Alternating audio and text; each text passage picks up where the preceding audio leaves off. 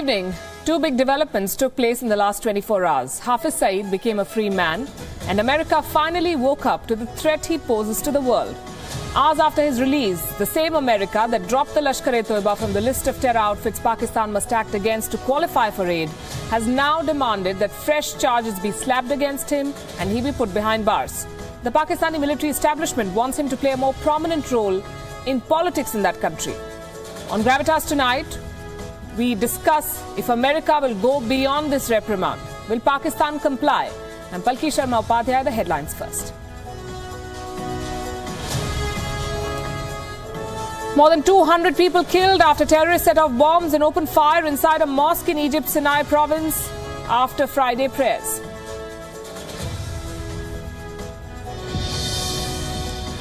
Paralympian Oscar Pistorius' prison sentence is more than doubled to 13 years after the murder of his girlfriend.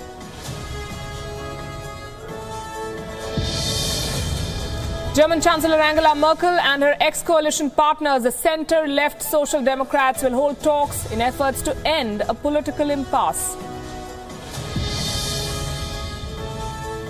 It's crunch time for British Prime Minister Theresa May. She will be meeting the European Council President in a bid to break the Brexit deadlock.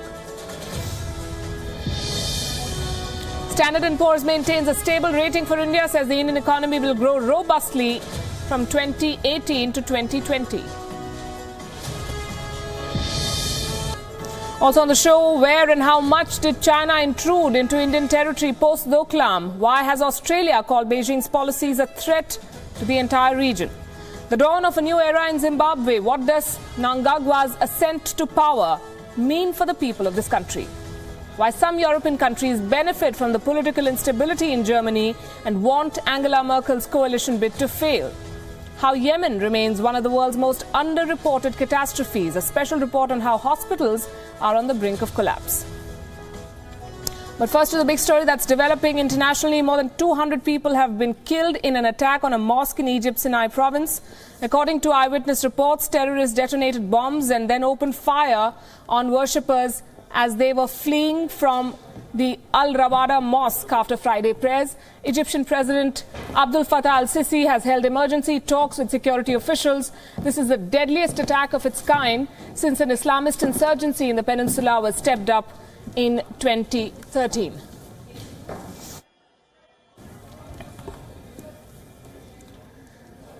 In fact, according to the latest reports, the number of those who've been killed has gone up to 235.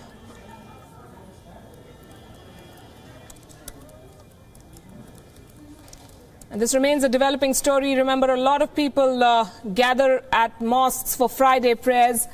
And initial reports said dozens have been killed, many others wounded. Now that number has gone up, according to some, to 235. And these are the first images that we have of smoke bellowing out of the mosque premises within moments of this attack. The first reports came in about 3 hours back, and since then we've seen rapid developments. For one, the death toll has gone up steadily. And this happened right after the Friday prayers ended. This is Bir al-Abid in the Sinai province of Egypt.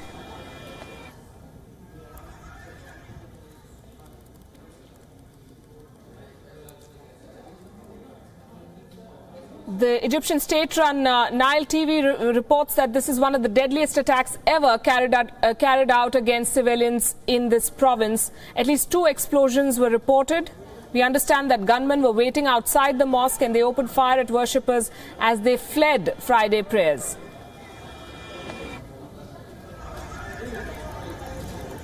So this was a well-coordinated strike. 2 explosions followed by gunfire opened on worshippers who tried to flee the site. We understand the gunmen had set up ambush locations. They opened fire on ambulances as they were transporting the wounded worshippers from the Al-Rawada Mosque. And this happened before the arrival of security forces.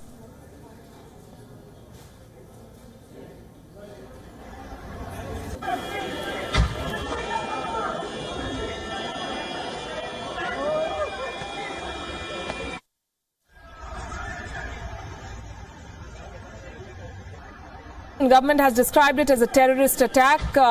These are improvised explosive devices that were used, causing considerable damage to the mosque structure and leaving many people dead. This mosque is the birthplace, we understand, of Sheikh Eid al-Jariri, who is a Sufi cleric. Many call him the founder of Sufism in the Sinai Peninsula. No organization, no outfit has taken responsibility so far for this strike.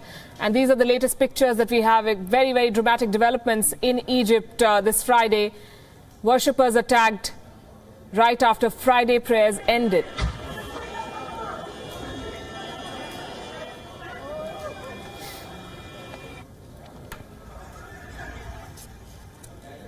And we'll keep revisiting what happened in Egypt on the show and later on Wion, as this is a developing story. For the moment, let's turn to the big headline that we've been bringing you all day today. 2611 mastermind Hafiz Saaed did not waste any time after his release from house arrest. He began spewing anti-India propaganda, threatened to carry out more attacks in the name of Islam. Washington replied with strong reprimand, demanding his arrest. Is this more lip service? Will Washington ensure Islamabad complies? Wion's Aditya Dhunna reports. Despite massive outrage, Hafiz Saaed, one of the most wanted terrorists in South Asia, was released on Friday from house arrest for the third time. Amid the celebrations, Hafiz Saaed made his agenda clear to the world. He spewed more venom and threatened more attacks against India and around the world. But there is something else on Hafiz Saeed's mind. With the support of the Pakistani establishment, he is seeking an image makeover. There is strong speculation that Saaed will take charge of the Milli Muslim League, a political offshoot of terrorist organization Jamaat-ud-Dawa. Leaders of the Milli Muslim League have backed Hafiz Saeed's leadership. In an interview to the New York Times in September, the League's campaign manager Naveed Qamar said Hafiz Saaed will lead the party once he is released from house arrest. And Hafiz Saaed has taken a professional approach towards his political outfit. On its website, the Milli Muslim League boasts itself as a party of ideals with a promise of well-qualified and accomplished leadership for Pakistan. But these ambitious plans could be derailed by the Americans. In a statement today, the US State Department asked the Pakistani government to make sure Hafiz Saaed is behind bars. The State Department said Saaed remains a global terrorist facing US sanctions. The US expressed deep concerns over his release and demanded his immediate arrest.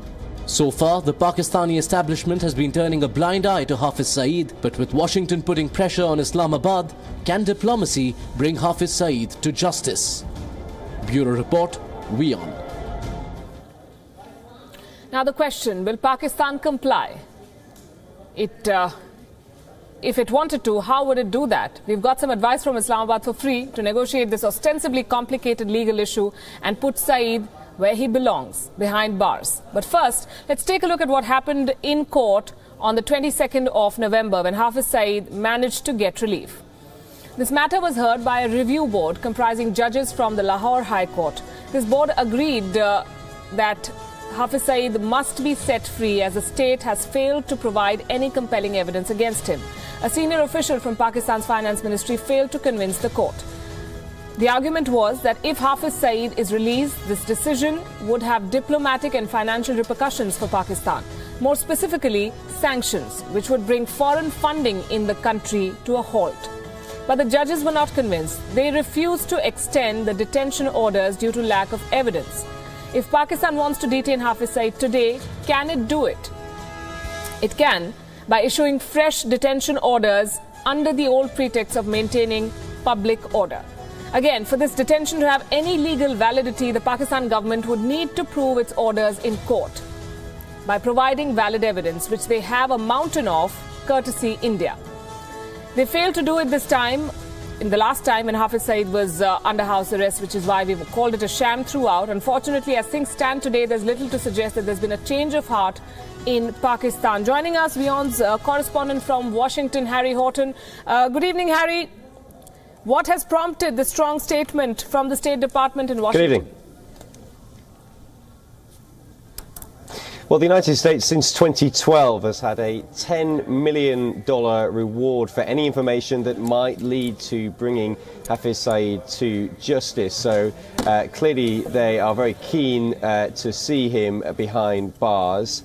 The United States State Department said it was deeply concerned about the release of Hafiz Saaed from house arrest. They also say that they designate the Lashkar-e-Taiba organisation as a foreign terrorist organisation. The US says that they're responsible for the deaths of hundreds of civilians, including many US citizens as well. Hafiz Saaed himself is designated by the United States as a specially designated global terrorist, and he's also under UN sanctions as well by the UN Security Council. So clearly the United States is not happy about this release from house arrest. They say the Pakistani government should make sure that he is arrested and charged for his crime. So I think what we're seeing from the US State Department is a lot of frustration and disappointment about this release from house arrest. This is also weeks after the United States Congress said that Pakistan is not obliged to act against the Lashkar-e-Taiba, an outfit headed by Hafiz Saaed. So there is some contradiction there. But the question now is, will these strong words be followed by action if Pakistan fails to do the needful? Well, I think we'll have to wait and see. I think since Donald Trump has come into office, the US relationship with Pakistan has been rocky. Certainly earlier on this year, the Trump administration expressed frustration that they didn't think Pakistan was doing enough to clamp down on terror organizations, and they thought there was more work they could do. The relations between the US and Pakistan improved slightly in October with the release of the American hostage Caitlin Coleman, but certainly this latest news about the release of Hafiz Saaed from house arrest I think will be very frustrating. Certainly the US State Department has already confirmed that. I think we'll wait and see in the coming days and weeks how the White House itself and how Donald Trump, the US President, responds, but one would imagine that this won't do any good for US-Pakistan relations at the moment, considering the rocky year that they've already had. What kind of pressure is the administration in Washington under from some quarters in the US on acting against Pakistan, on holding it accountable? Many have questioned, we understand, why it still retains the status of a major non-NATO ally. Yeah, I think the administration is under great pressure from some people in Congress. Some Republican and Democrat senators would like to see the US take a much tougher line on Pakistan and encourage Pakistan to do more to clamp down on terror organizations. They'd also like to see Pakistan do more when it comes to the war in Afghanistan at the moment. So certainly the White House will come under a lot of pressure to persuade Pakistan to take a tougher line here. The question is, Donald Trump has lots of different foreign policy priorities. It's whether or not that message comes through from those members of Congress for Donald Trump to put it at the top of his list of foreign policy priorities and to really try and get Pakistan to do more to clamp down on these terror groups. Harry Horton, appreciate you joining us. Thanks very much for that update from Washington. With us, a special panel of guests this evening as well. G. Parthasarathi, former High Commissioner to Pakistan, also former Information Advisor at the Prime Minister's office in New Delhi, with us from New Delhi. Stephen Golub, International Affairs expert from California, and Mayad Ali, Senior Defence Analyst, with us from Islamabad. Good evening to all of you. Mr. Parthasarathi, what do you make of America's response? Is this more lip service, according to you? No, it's just confusion in the Trump administration. Look, I was in Washington 3 weeks ago when I met a number of congressmen, and there was a bipartisan consensus and draft legislation naming the Taliban, the Haqqani network and the Al-Qaeda as terrorist groups against whom action had to be taken. This was with bipartisan consensus. Then the legislation is amended at the request reportedly of Defense Secretary Mattis, and Al-Qaeda is dropped from the list. So in effect, Pakistan is told you can you deal with the Taliban and Haqqani network, but you can do what you want with the Lashkar-e-Taiba and the Jamaat-ud-Dawa. So that is a signal Pakistan has taken. It's confusion in the Trump administration. And what was the need to amend a legislation already on board with bipartisan consensus to exclude the Lashkar-e-Taiba? That's point number one. Point number two is that, they are going against documents that Mr. Trump signed with Mr. Modi, both in Washington and later on in discussions they had in Manila. So it's a confusion or worse in the Trump administration. How can you just say act against the Taliban, which they have not declared as a terrorist organization, and yet not act against the Lashkar-e-Taiba, which they have declared as a terrorist organization? As an Indian, it naturally causes me, a certain amount of raised eyebrows, not to speak of concern. Stephen, is this confusion? Is this deliberate? What is Washington trying to do here? Oh, I don't think it's deliberate, but I think it's a product of a few different factors operating. One is that, unfortunately, the U.S. public in general can be somewhat oblivious to terrorism issues out beyond the U.S. and to some extent beyond Europe and Israel for reasons having to do with politics, the history. Nothing I would justify, but that's a factor. If you ask most Americans, well, what do you think about the Mumbai terrorist attacks? They'll say, where's Mumbai? Another consideration is this historical inconsistency and even hypocrisy in terms of U.S. treatment of Pakistan and how Pakistan treats or doesn't deal with terrorists. And layered on top of that, that adds to the confusion you've described, is the inconsistency and sometimes ignorance within the Trump administration, ignorance on the part of Donald Trump himself, but inconsistency in terms of who's driving its policies, including anti-terrorism policies. Is it the Pentagon? Is it Donald Trump? Is it Congress? Sometimes they align, sometimes they don't. Right. Mayad Ali, how do you see Islamabad and more importantly Rawalpindi responding to this stern order, if you like, from Washington? I don't believe that it's a stern order from Washington.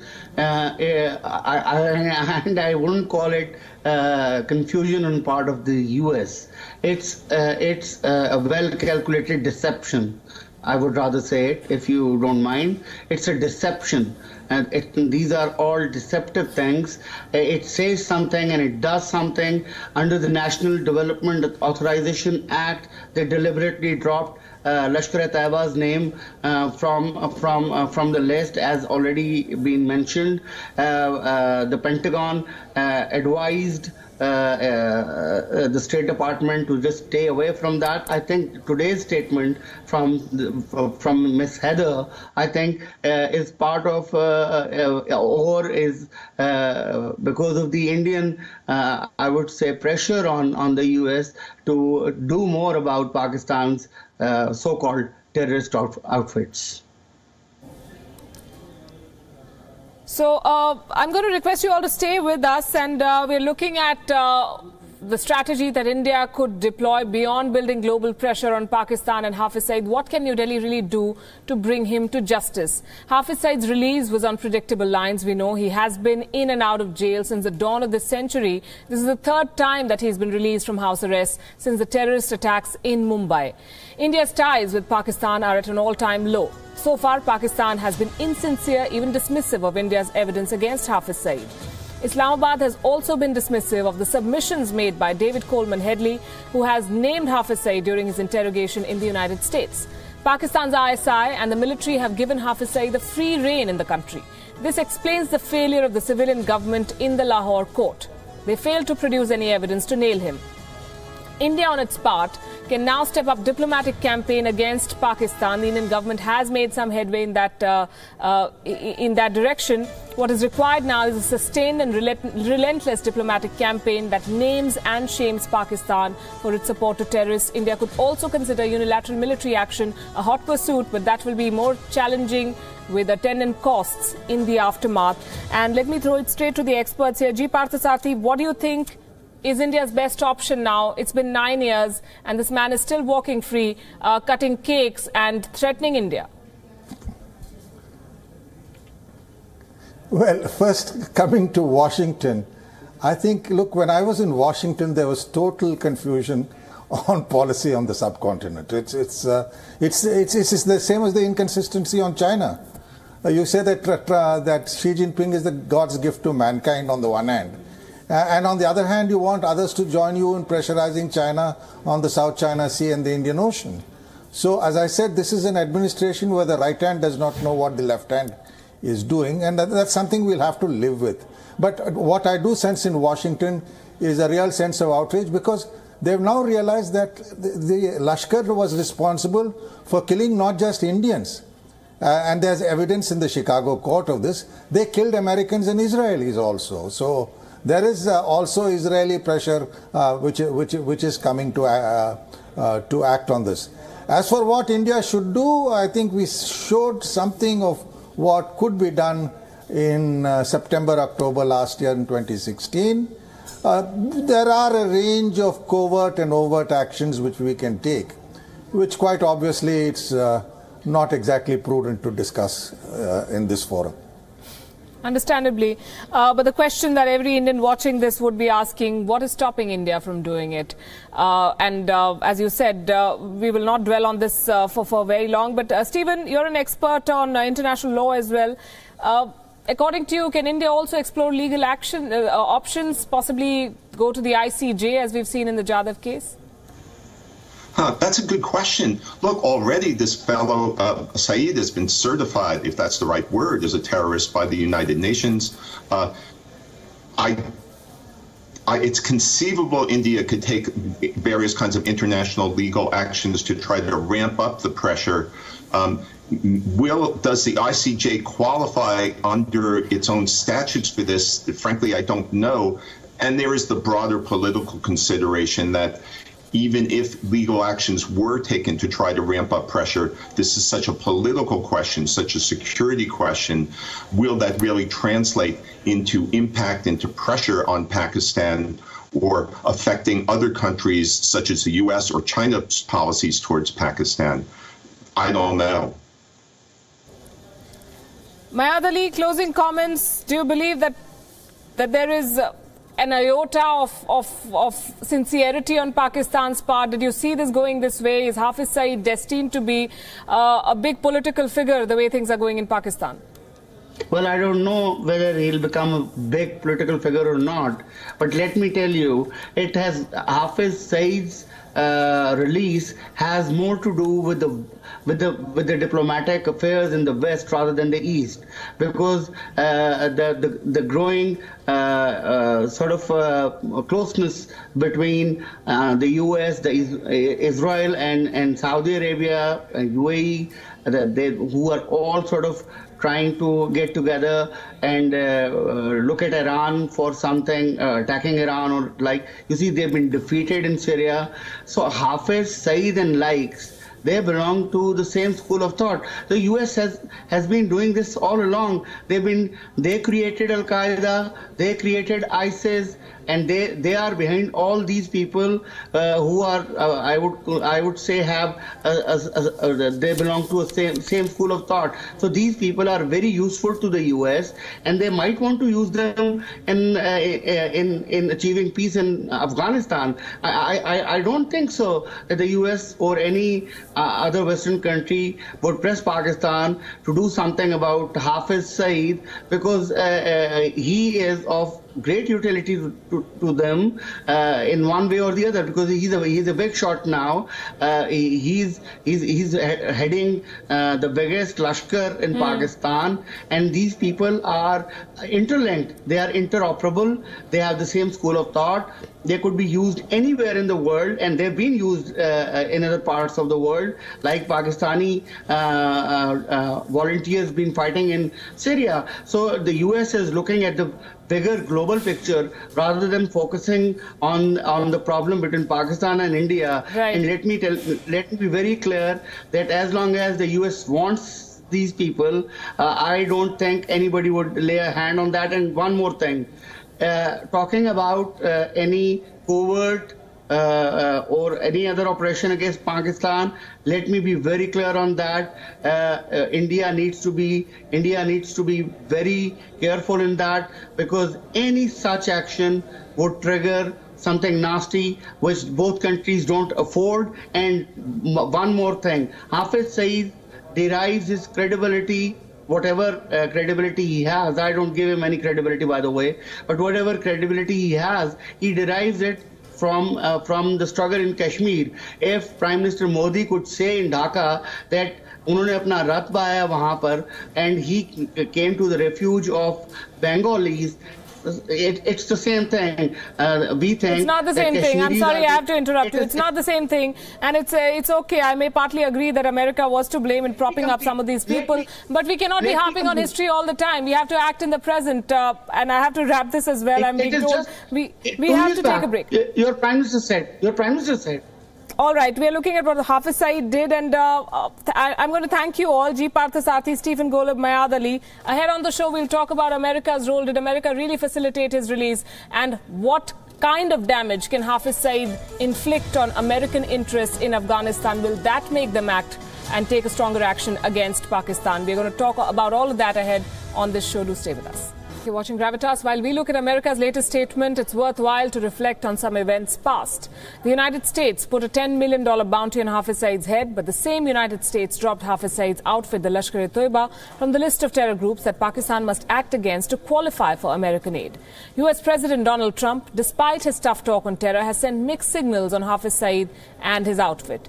He has been named in statements. US agencies have slapped sanctions on the terrorist groups, but stopped short of taking definitive action. The US Congress recently passed a bill that we've been talking about, detailing the rules for military aid to Pakistan. Though the Haqqani network was named on this list, the Lashkar-e-Toiba was dropped from the list for the first time, which means that action against Hafiz Saaed or the Lashkar-e-Toiba is not mandatory for Pakistan to get American military aid.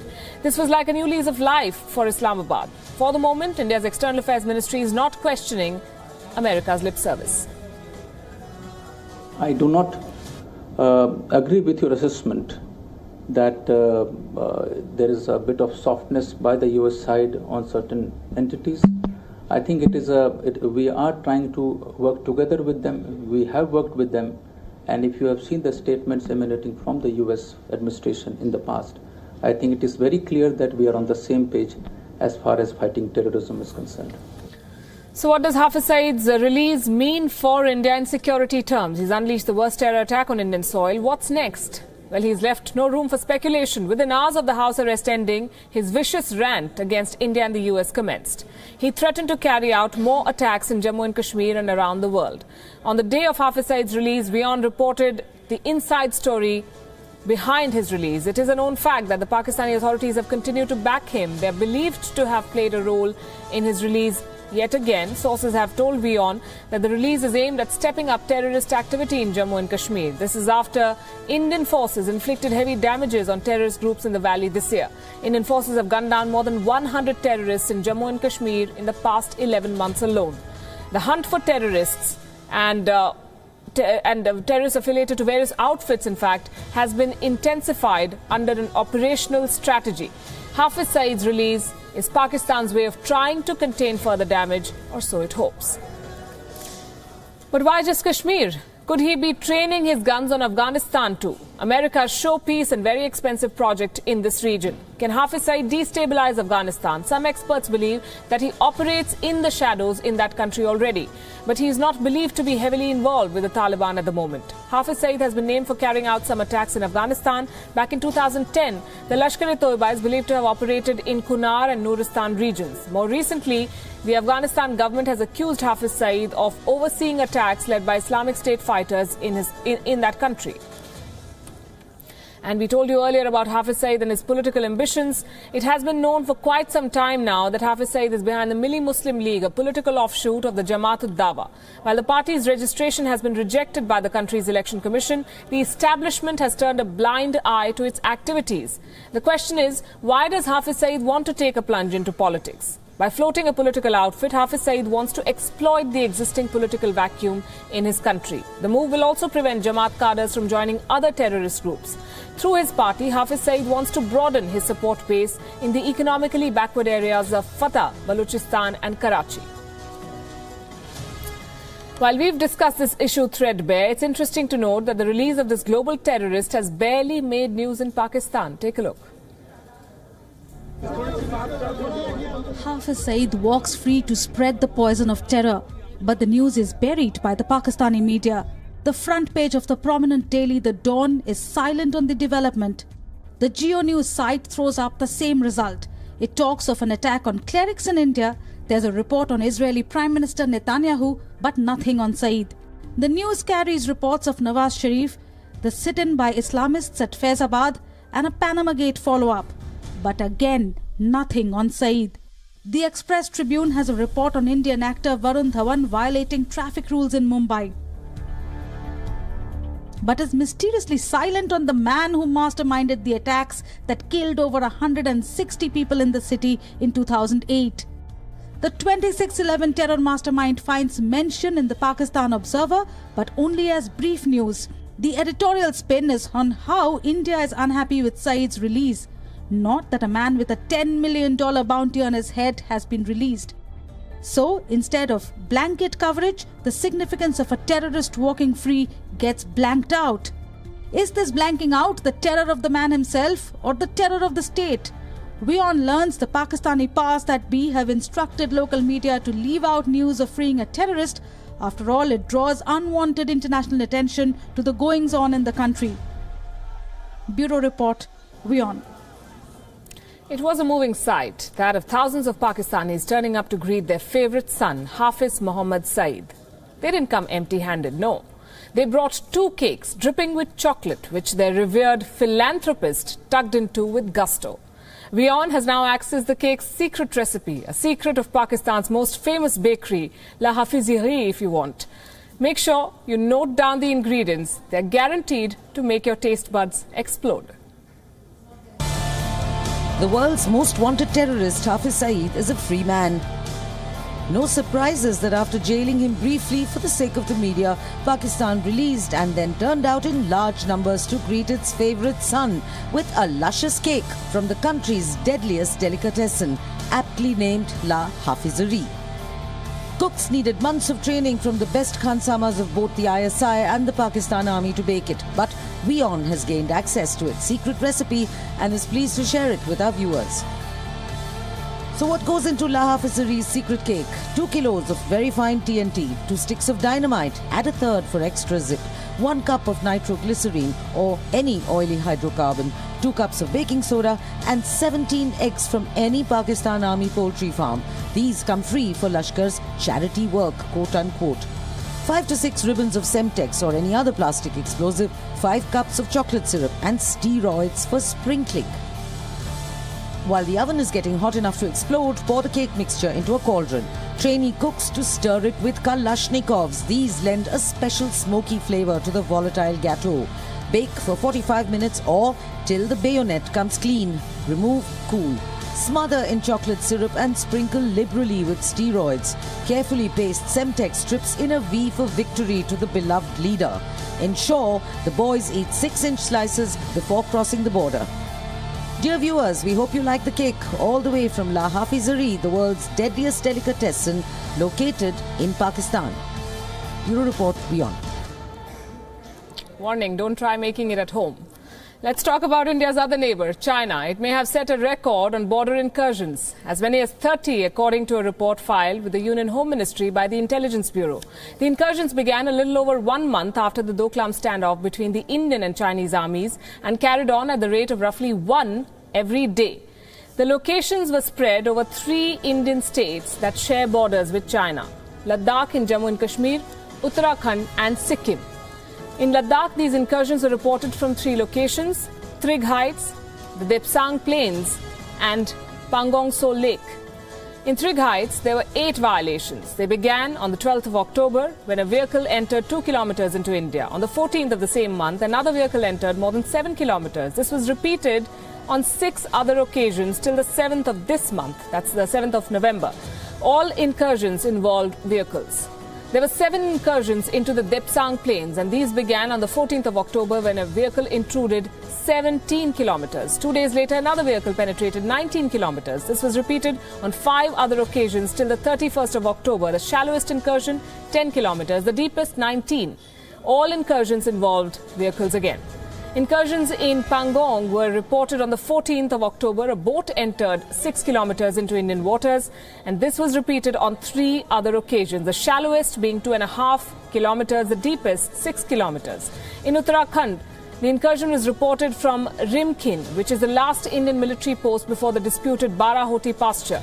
It involved 2 Chinese helicopters flying in from the Chinese side over to the Tunjunla Pass and entering Indian airspace over a distance of about 4 kilometers before flying back. The million-dollar question, why? The question is probably superfluous too. India and China have a border dispute, and the Chinese incursions are to reiterate their territorial claims. This was the case even before the Doklam standoff, and it could continue for many years, given that Beijing has shown no signs of wanting to settle the border dispute.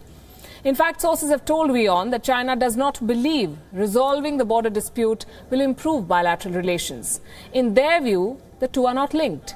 For Beijing, the Dalai Lama and his government in exile in India outweigh the border dispute in importance. The very term government in exile deepens Chinese insecurities. It confirms their worst fears that they have not been able to crush Tibetan nationalism and Tibetan separatism. But China will not talk to the Dalai Lama. It is not prepared to concede him anything. They would rather he passed away and seek to divide the Tibetans in India when he is no longer around. The refusal to go the extra mile with India is also a reflection of strategic realities. China and India are competitors for the same strategic space in Asia. China has the edge in terms of economic and military asymmetry, but India will not bend to Beijing's muscle flexing. Doklam proved that.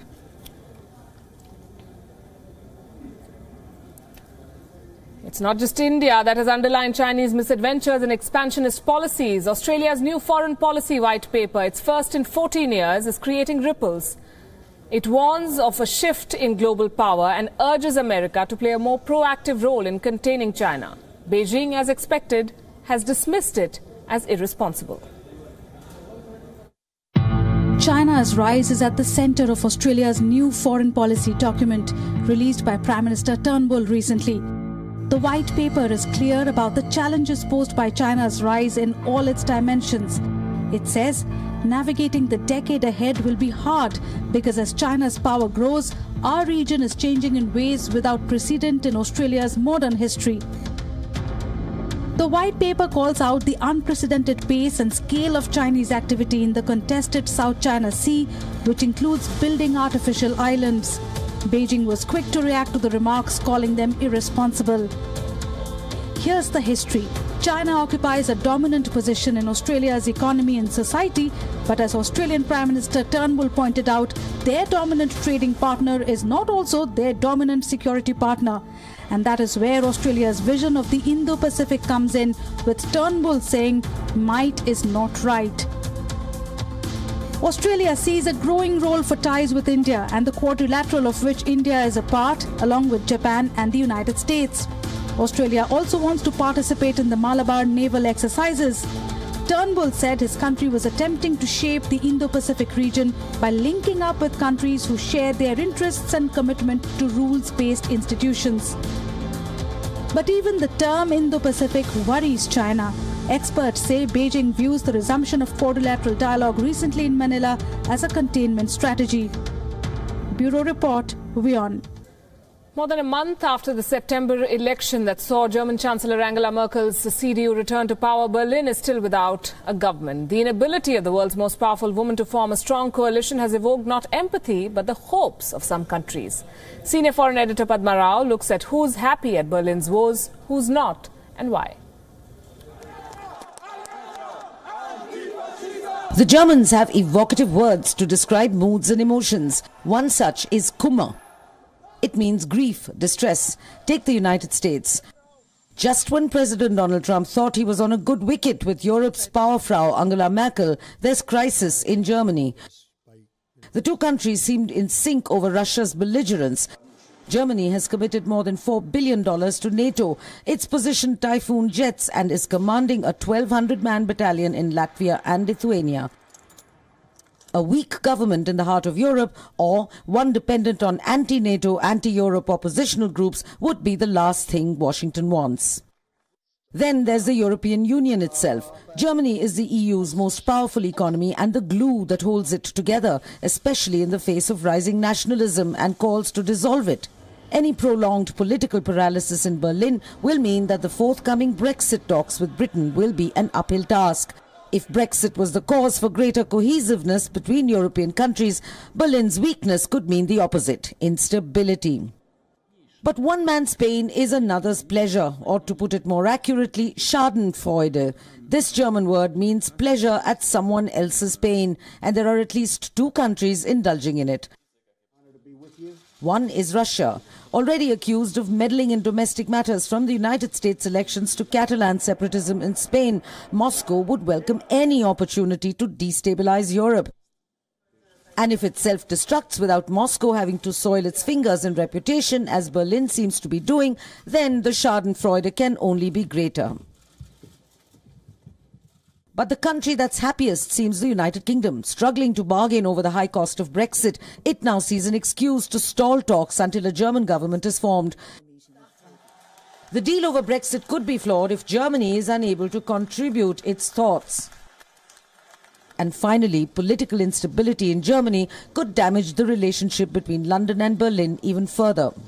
But the Germans also invented the word Hartnäckigkeit, determination, and going by the parleys in the corridors of power in the German capital right now, the two biggest parties, the SPD and Chancellor Merkel's CDU, may bury their differences and come together yet again in a coalition stronger than one possible between any of the other parties. And that will be what the Germans call Durchbruch, or a breakthrough.